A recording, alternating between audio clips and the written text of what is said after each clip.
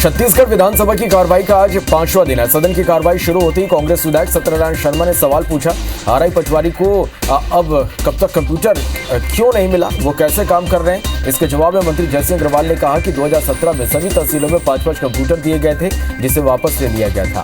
जिनके पास नहीं है उन्हें जल्द दिया जाएगा। छत्तीसगढ़ विधानसभा के मानसून सत्र के 5वें दिन जांजगीर चांपा में डीवीएफ में अनियमितता का मामला उठा। बीजेपी विधायक सौरभ सिंह, नारायण चंदेल और शिवरतन शर्मा ने यह मामला उठाया, जिसका जवाब सीएम भूपेश बघेल ने दिया। सीएम ने कहा, कहीं भी गलत हुआ होगा तो अधिकारियों के खिलाफ सख्त कार्रवाई होगी। उन्होंने छोड़ने का काम अब नहीं करेंगे। विधान बस्तर में निःशुल्क नर्सिंग प्रशिक्षण योजना का भी मुद्दा उठा। कांग्रेस विधायक मोहन मरकाम ने सवाल किया कि 3 साल में कितने छात्रों को नर्सिंग प्रशिक्षण में प्रवेश दिया गया। इसके जवाब में मंत्री प्रेमसाय टेकाम ने बताया कि 95 छात्रों को प्रवेश दिया गया है। इस पर मरकाम ने कहा कि राशि के प्रावधान होने के बावजूद छात्रों को सही लाभ नहीं मिल रहा है। विधानसभा में मोहन मरकाम ने कहा कि सरकार अच्छा काम कर रही है, लेकिन विभाग की उदासीनता से बच्चों को लाभ नहीं मिल पा रहा। इसके जवाब में मंत्री प्रेमसाय टेकाम ने कहा कि योजना प्रदेश के 400 बच्चों के लिए है। इसमें बस्तर से के संबंधित जवाब दिए गए। विधानसभा में देवपुरी में भूमि अतिक्रमण पर कार्रवाई का भी मामला उठा। बीजेपी विधायक ननकीराम कंवर ने सदन में जानकारी मांगी। उन्होंने पूछा कि शासकीय जमीन में नाम कैसे दर्ज हुआ, कितने लोगों का नाम दर्ज हुआ। कोरबा के कई मामलों में शासकीय जमीन का नक्शा ही बदल दिया गया। बीजेपी विधायक ननकीराम कंवर ने सवालों के जवाब में मंत्री जयसिंह अग्रवाल ने कहा कि हाईकोर्ट ने उस जमीन से अतिक्रमण हटाए जाने का आदेश पारित किया है। जिला स्तरीय समिति की बैठक बुलाई गई है। इन मामलों पर कार्रवाई की जानकारी अलग से देंगे। दिल्ली में सोनिया गांधी से पूछताछ को लेकर ईडी के खिलाफ कांग्रेस देश भर में प्रदर्शन कर रही है। वहीं रायपुर में छत्तीसगढ़ युवा कांग्रेस के कार्यकर्ताओं ने जमकर प्रदर्शन किया। युवा कांग्रेसियों ने ईडी ऑफिस में बीजेपी कार्यालय का पोस्टर लगाया। इस दौरान कांग्रेसियों ने कहा कि केंद्र सरकार ईडी के जरिए विपक्ष को दबाने की कोशिश कर रही है। ईडी के विरोध में छत्तीसगढ़ प्रदेश कांग्रेस के कार्यकर्ताओं ने रायपुर में सत्याग्रह किया। गांधी मैदान में कांग्रेसी नेताओं ने ईडी की कार्रवाई का विरोध किया। इस दौरान पीसीसी चीफ मोहन मरकाम समेत सैकड़ों कांग्रेसी मौजूद रहे।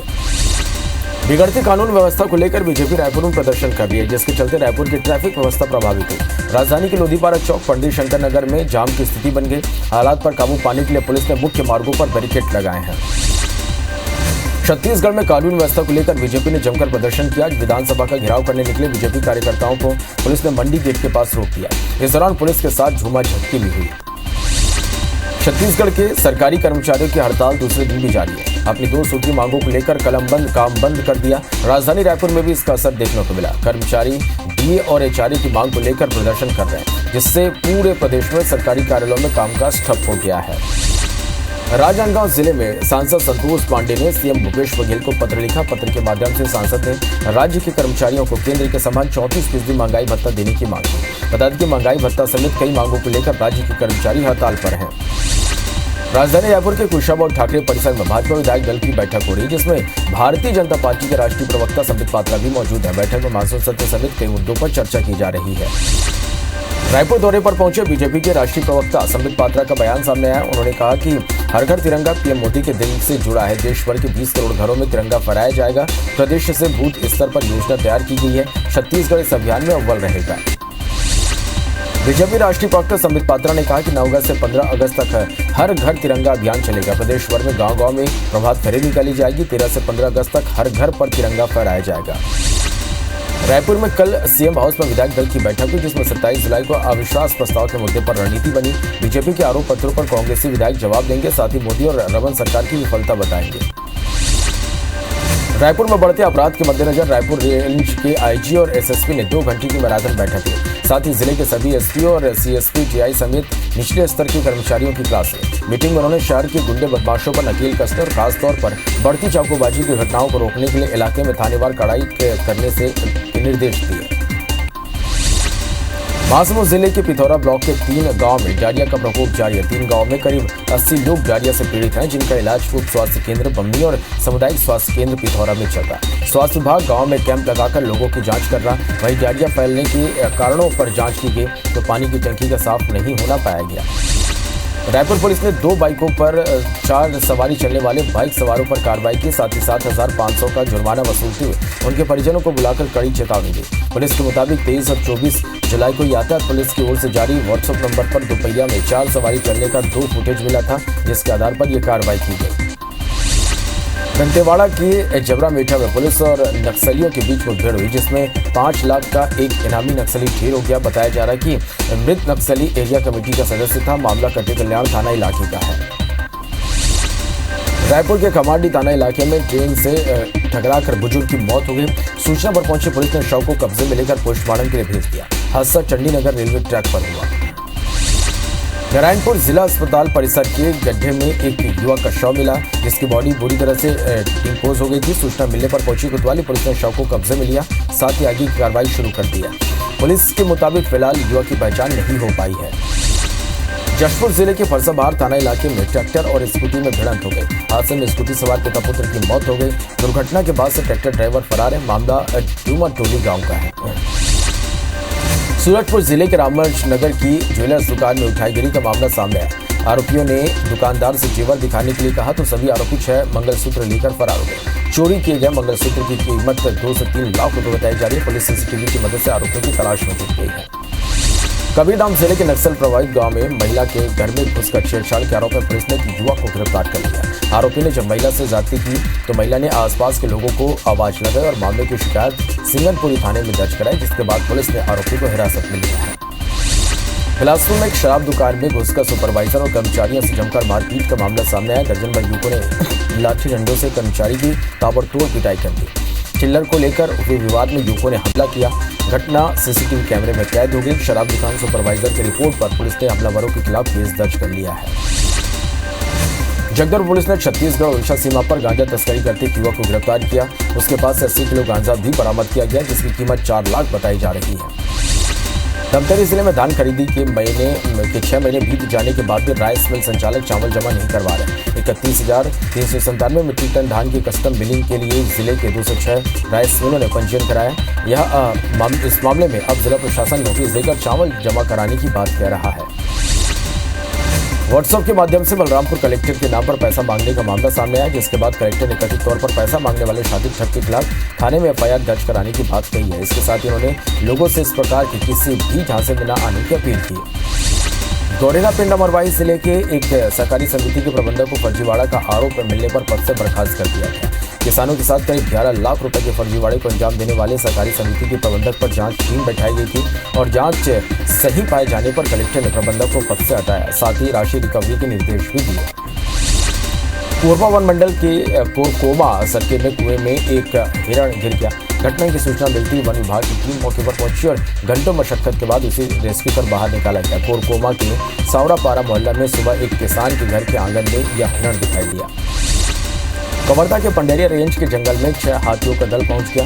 2 दिन पहले मध्य प्रदेश के एक गांव में हाथियों ने 9 मकानों को नुकसान पहुंचाया था। वहीं हाथी की मौजूदगी को लेकर वन विभाग की टीम ने गभोरा गांव में अलर्ट जारी किया है, साथ ही ग्रामीणों को हाथियों से दूर रहने की सलाह दी है।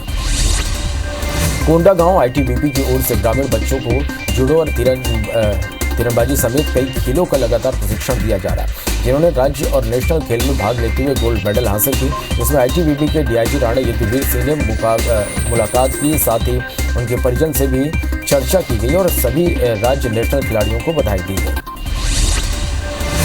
छत्तीसगढ़ के दक्षिणी हिस्सों में आज भारी बारिश की संभावना जताई गई है। मौसम विभाग के मुताबिक मानसून द्रोणिका की वजह से बारिश हो सकती है। इधर सूरजपुर इलाके में सूखे जैसी स्थिति बन गए। बारिश नहीं होने से किसानों को परेशानी हो रही है।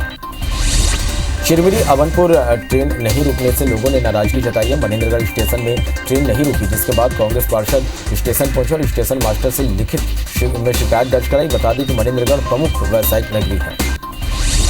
छत्तीसगढ़ में कोरोना के मामले लगातार बढ़ रहे हैं। प्रदेश में 543 नए कोरोना मरीजों की पुष्टि हुई, वहीं 465 मरीज डिस्चार्ज हुए। हालांकि एक मरीज की मौत भी हुई है। दुर्ग में 105, राजनांदगांव में 40 नए मरीज मिले हैं, जिसके बाद प्रदेश में एक्टिव मरीजों की संख्या 3800 के पार पहुंच गई है। बलौदाबाजार के जवाहर नवोदय विद्यालय के 4 छात्र कोरोना पॉजिटिव पाए गए। वहीं जिले के कोरोना के कुल 17 नए केस सामने आए। सर्दी, खांसी, बुखार के लक्षण के बाद 35 बच्चों की जांच कराई गई, जिसमें 4 बच्चे एंटीजन जांच में कोरोना पॉजिटिव पाए गए। डाबर घोटाले को लेकर दायर जनहित याचिका पर बिलासपुर हाईकोर्ट में सुनवाई हुई, जिसके बाद हाईकोर्ट ने सरकार से 2 हफ्ते के भीतर दस्तावेज जमा करने के लिए कहा। मामले की अगली सुनवाई 2 हफ्ते बाद होगी। जांजगीर चांपा की नवागढ़ पुलिस ने हत्या करने वाले आरोपी शख्स को गिरफ्तार कर लिया। मामला पेंडी गांव का है, जहां बद्री प्रसाद साहू ने नवागढ़ थाना में रिपोर्ट दर्ज कराई थी। जमीन विवाद के चलते उसके पिता की गाँव के ही जय कुमार ने गला दबाकर हत्या कर दी। जांजगीर चांपा थाना इलाके में शराबी पति की पत्नी ने हत्या कर दी। जानकारी के मुताबिक शराब के नशे में पति ने पत्नी को चाकू दिखाकर उसे डराने की कोशिश करने लगा, जिससे गुस्साकर महिला ने अपने ही पति की हत्या कर दी। घटना के बाद आरोपी पत्नी को पुलिस ने गिरफ्तार कर लिया है। बेमेतरा जिले के साजा ब्लॉक के तहसीलदार ने मानवता का परिचय दिया। तहसीलदार ने कंदई गांव के करीब परिवार के लिए 3 शेड बनवाया। जब अधिकारियों को गरीब परिवार की झोपड़ी में रहने की खबर मिली तो मौके पर पहुंचकर दिन भर में टीम का घर बनाकर तैयार कर दिया। प्रशासन के इस प्रयास के लिए गरीब परिवार ने आभार जताया। जशपुर जिले के कई स्कूलों और हॉस्टल जर्जर हो चुके हैं, जहां छात्र पढ़ने को मजबूर हैं। स्कूल जर्जर होने के चलते हादसा का अंदेशा बना रहता है। जिले के कलिया गांव का आश्रम छात्रावास में छत की बदहाली के कारण प्लास्टिक से ढककर बच्चों को रखा गया। हालांकि स्कूल हॉस्टल की स्थिति को देखकर ग्राम पंचायत ने प्रशासन के पास नए भवन बनवाने के लिए प्रस्ताव भेजा है, जो अभी स्वीकृत नहीं हुआ है। कांकेर के जिला अस्पताल में चोरी का आरोपी जवानों को चकमा देकर फरार हो गया। सीएफ के जवान ने इलाज के दौरान सुरक्षा में लगे जवानों को चकमा देकर आरोपी फरार हो गए, जिसके बाद जवानों ने 3 घंटे की मशक्कत के बाद आरोपी को गिरफ्तार किया। आरोपी मोबाइल चोरी करके भागने की फिराक में थे। दंतेवाड़ा में नारी निकेतन में रहने वाली महिलाओं ने अधीक्षिका और प्यून पर प्रताड़ित करने का आरोप लगाया। दरअसल नारी निकेतन में अनाथ, अविवाहित, विधवा और बेसहारा 12 महिलाएं रहती हैं। महिलाओं का आरोप है कि अधीक्षिका कल्पना रथ का प्यून कालिंदी यदि मिलकर लगातार प्रताड़ित कर रहा है। कभी कभी खाना भी नहीं देते, दबाव बनाकर पर्सनल काम भी करवाते हैं। नारी निकेतन की एक महिला ने आरोपी कलिंदी यदु के खिलाफ पैर में मालिश करवाने का वीडियो बनाया और सोशल मीडिया पर शेयर कर दिया। मामले में कलेक्टर ने जांच के बाद उचित कार्रवाई की बात की। बता दें कि अधीक्षिका कल्पना रथ इससे पहले बचेली परियोजना में सुपरवाइजर रह चुकी हैं। इस दौरान भी उन पर महिलाओं ने जबरन पैसे वसूली के आरोप लगाए थे। जांजगीर चांपा के देवरी मठ गांव में मां नदी में बहे युवक का अभी तक पता नहीं चल पाया। 32 साल का युवक कल सुबह 7 बजे नहाने गया था। गोताखोरों की टीम ने तलाश की, लेकिन देर शाम तक कुछ पता नहीं चला। बिलासपुर से एसडीआरएफ की टीम भी पहुंच गई। आज सुबह से फिर युवक की सर्चिंग की जा रही है। रायपुर में चोरों ने सुने मकान में धावा बोल दिया। मामला सरोना अरिहंत नगर का है। स्टील फैक्ट्री में परचेज ऑफिसर के घर से चोर 120 ग्राम सोने और 200 ग्राम चांदी के आभूषण ले उड़े, जिसकी कीमत करीब 10 लाख रुपए बताई जा रही है। 22 जुलाई को परिवार हैदराबाद गया था। कवर्धा में हाथियों का उत्पात लगातार जारी है। मध्य प्रदेश के पिटारी गांव में हाथियों में 9 घरों को नुकसान पहुंचाते हुए अनाज और महुआ को चट कर दिया। ऐसे किसानों को भारी नुकसान हुआ, जिसके बाद हाथियों का दल रात में ही मध्य प्रदेश से कबीरधाम जिले के लिए रवाना होते हुए भगोड़ा के जंगल में रुका। यहां आसपास के गांव वालों को भी अलर्ट जारी कर दिया गया है। वहीं कवर्धा में वन विभाग ने लोगों को सतर्क रहने को कहा है। साथ ही शाम के समय में जंगल की ओर नहीं जाने की अपील किया। फिलहाल वन विभाग की टीम हाथियों पर नजर रखी हुई। गौरेला से लगभग 15 किलोमीटर दूर धनौली गांव में भगवान भोलेनाथ का एक प्राचीन मंदिर स्थित है। हिलेश्वर महादेव और सिद्ध बाबा के नाम से प्रख्यात है और सावन के महीने में सनूठे शिवलिंग की भक्ति दूर दूर से यहाँ पर भक्तों का तांता यहाँ लगा रहता है। अमरकंटक के मुख्य मार्ग में ऊंची पहाड़ी पर करीब 101 सीढ़ियों को चढ़कर इस प्राचीन मंदिर परिसर में पहुंचा जा सकता है।